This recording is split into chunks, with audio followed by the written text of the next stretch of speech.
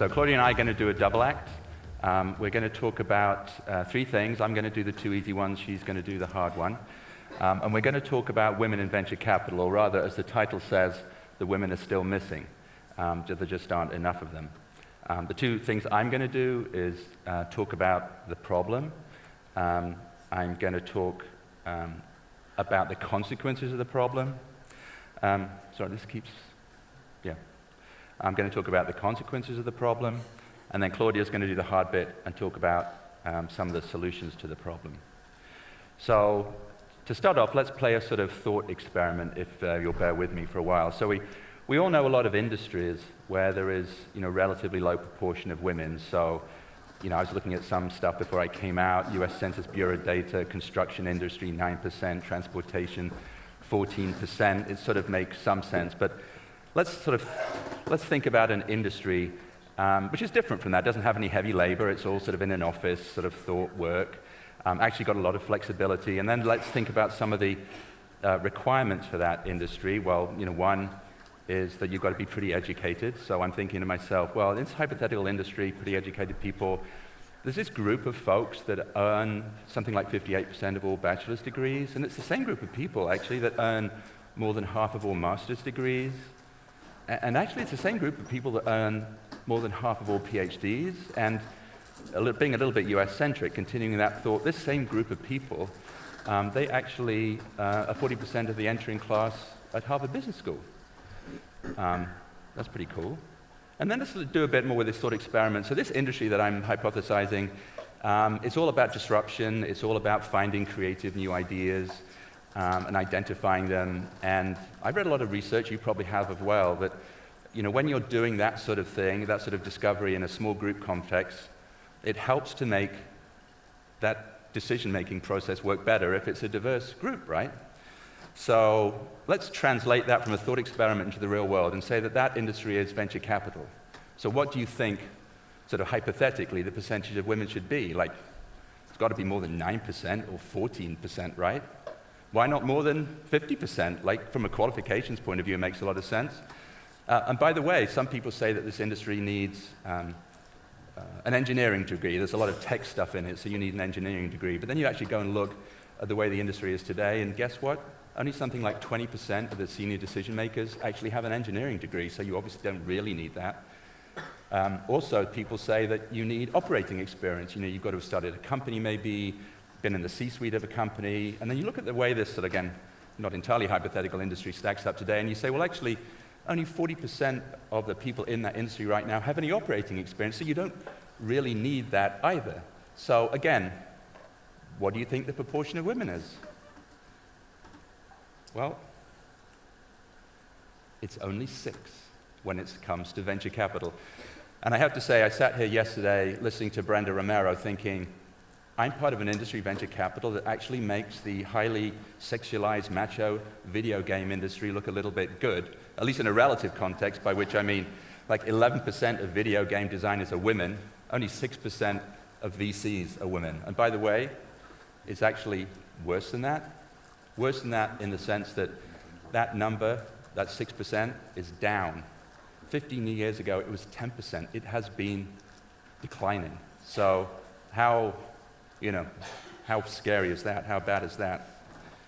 Now, when you've got a very homogeneous industry, in this case, obviously, homogeneous by gender, then, certain things follow. One of them, which I've written about recently, is the fact that in a homogeneous industry, you tend to get a lot of groupthink. You tend to get a lot of sort of bubble thinking. Everybody likes their own ideas. They think they're pretty much the same thing. And slightly perversely, in industries like that, where you've got a lot of smart people, VC, most of them are pretty smart people, they tend to think that they're a meritocracy. And you'll hear VCs talk about that all the time, right? They're funding the best ideas that they can find. They do it in an entirely meritocratic fashion. But actually, I think VC personally is a case study in what a professor at MIT has written about recently and called the Paradox of Meritocracy. And that's quite an interesting concept. It's the more that you say that you're meritocratic in the way that you do things, actually the less you are. And also, if you're in that sort of bubble think of thinking you're really smart, thinking within your sort of homogeneous closed group, you're a meritocracy. Unfortunately, you also have a tendency to say pretty dumb things. So I'm not going to be too unkind to Michael here, the chairman of Sequoia, if only because, believe it or not, he's worth $3 billion, and I'm not. But I do want to make one point about this sort of groupthink, and it comes from a piece of research that I was working with Claudia, with a group of students from Columbia School of International and Public Affairs, two of whom are sitting in the front row, Alina and Liang, so thank you both. So they were doing a study with us looking at women in venture capital, and one point came out of that I found really pretty startling. And it was this: we were doing a call with a lady called Candida Brush, who's a professor at Babson College up in Boston, and she did a report that came out something like 18 months ago on women in venture capital, and it got a ton of coverage. If you looked at she told us anyway that the media hits, if you look at all the news articles written about it, it got hundreds of millions. She literally said billions of hits. It was absolutely phenomenal. And if you Google like women, venture capital, the blue lines, her stuff will come up right at the top. Anyway, we're doing this call with her. Alina in the front row is asking the questions on behalf of the team. And somebody says, well, what happened? Like, you did this report 6 months ago, massive coverage, hundreds of millions of hits. What happened? And she's sort of, Candida that is silent for a while, and she says, well, this is what happened.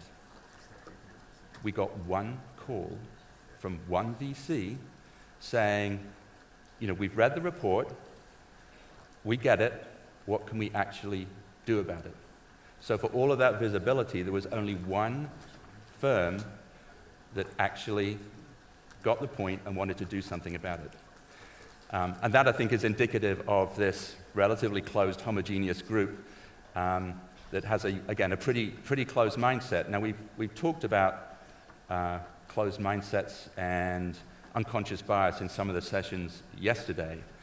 And one subject that came up when that was being discussed was the consequences. So I'm going to talk about some of the consequences of that.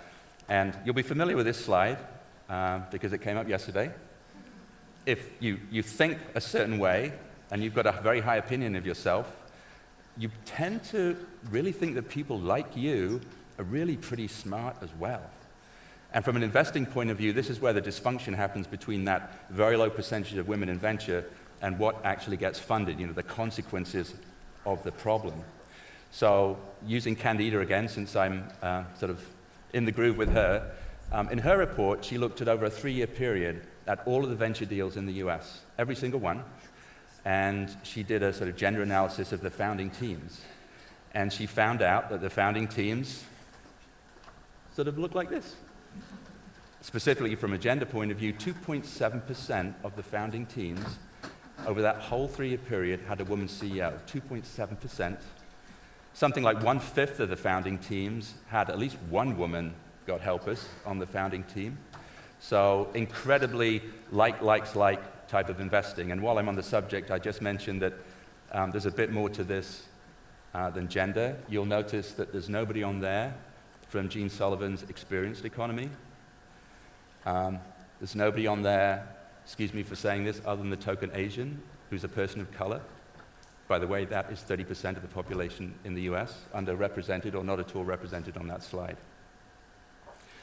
So we have a big problem. But there's one thing I want to get on the table which is sort of impolite, and it'll be my parting thought before I bring Claudia on, that we've got these numbers right, the 2%, the 20%, the 6%, it's all pretty bad. But there's one other thing that doesn't get talked about enough, in my opinion, that needs to get talked about. It's that while we talk about unconscious bias driving this decision-making, frankly, there's some bad shit going on as well that we should talk about more. And what I would direct you to do, if you haven't done it already, is just go to www.elephantinthevalley.com. That's a survey that was done of multiple hundred women in venture, women entrepreneurs, women who were in big tech companies. And what that brings out is the voices of the reality of their experience and some statistics around that, which frankly are pretty shocking. I'll just give you a couple. One of them, 60% of the women in that survey said that they'd received unwelcome sexual advances in the office. 75%, and this is an interesting one, 75% of them said that they had been asked about their children and family situation in interviews.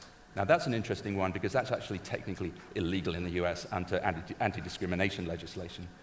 So, from my point of view, you've got the numbers and you've got that obvious underinvestment in women entrepreneurs, which is a big problem. It's a big problem for society.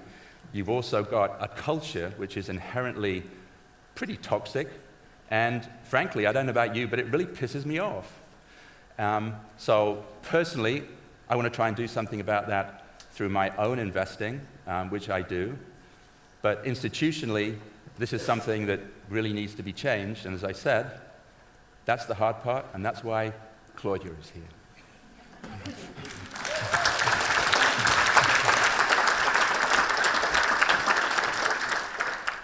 So what's going on in venture?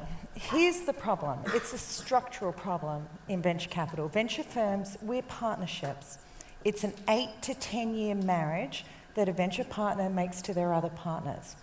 So when you're getting married, you want to make sure you know who you're joining up with. So you want to know exactly what kind of investor they are, how they screen, how they treat entrepreneurs, actually what kind of human being they are.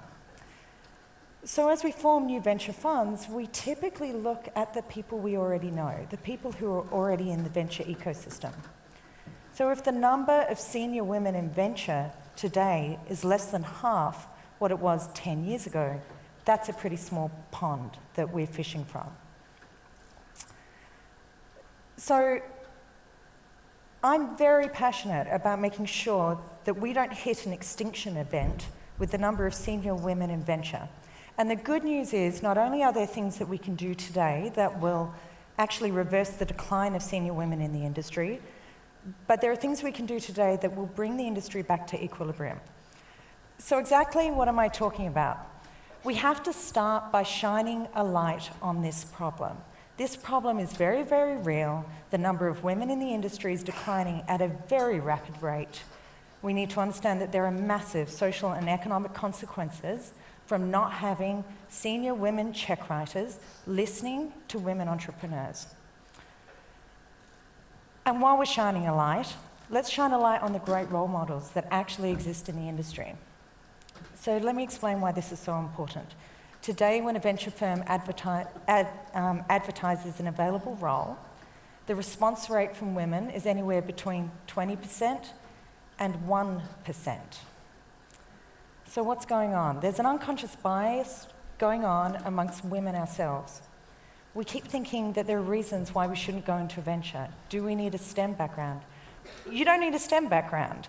Michael Moritz has a history major. I used to be an attorney, right? So we need to shine a light on the women who are in the industry because we need them to act as beacons to draw new women into the industry and to keep the ones who are there already.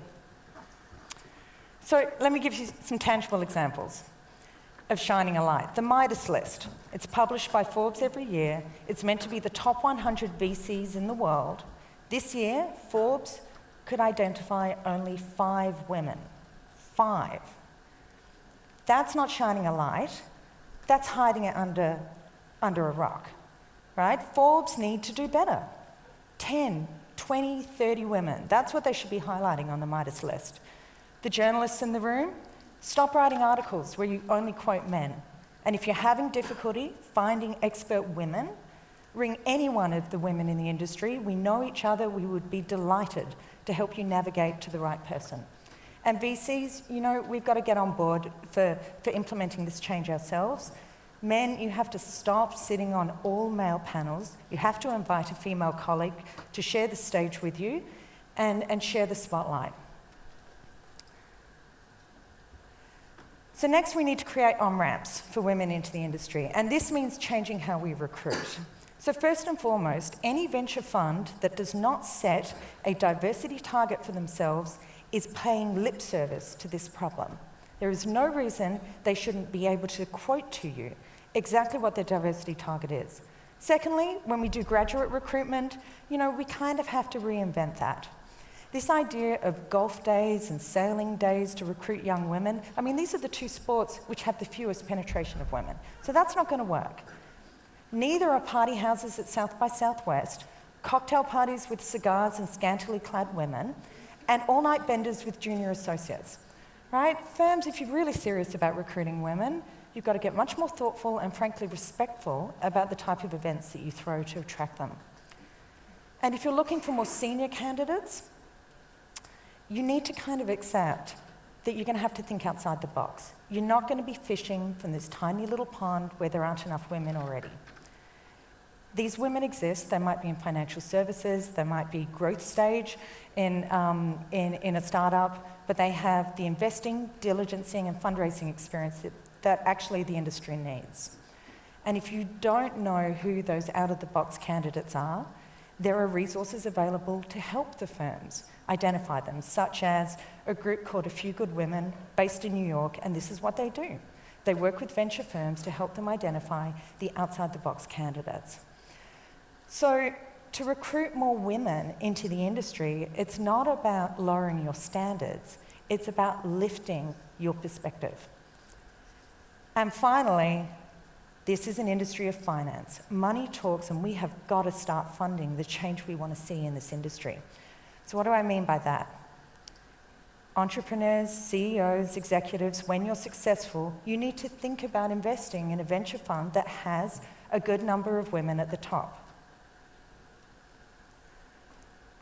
If you're a family office or an institution, you have an ability to drive profound change with your investment decisions. You can not only ask the question about diversity, you can demand a diversity outcome. But please make sure your investment mandates actually encourage new women entrants into the industry. So you have to be able to invest in first-time funds, small funds, and funds where women have equal economics in the funds, not majority. So look, at the end of the day, there are huge social and economic consequences for getting this right. The candidates exist, the resources exist. If the VCs won't move and increase diversity, we have to shove them in the right direction. You have to shine a light on their level of diversity, and investors, you have to give them a really firm nudge.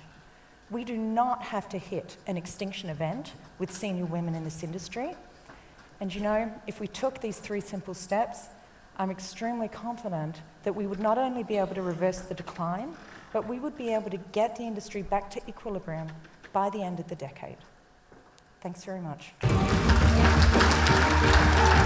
that's ready from Inspirefest, then click on the link to get your hands on ultra early bird tickets for Inspirefest 2017 and make sure you're in the audience for this exciting international event.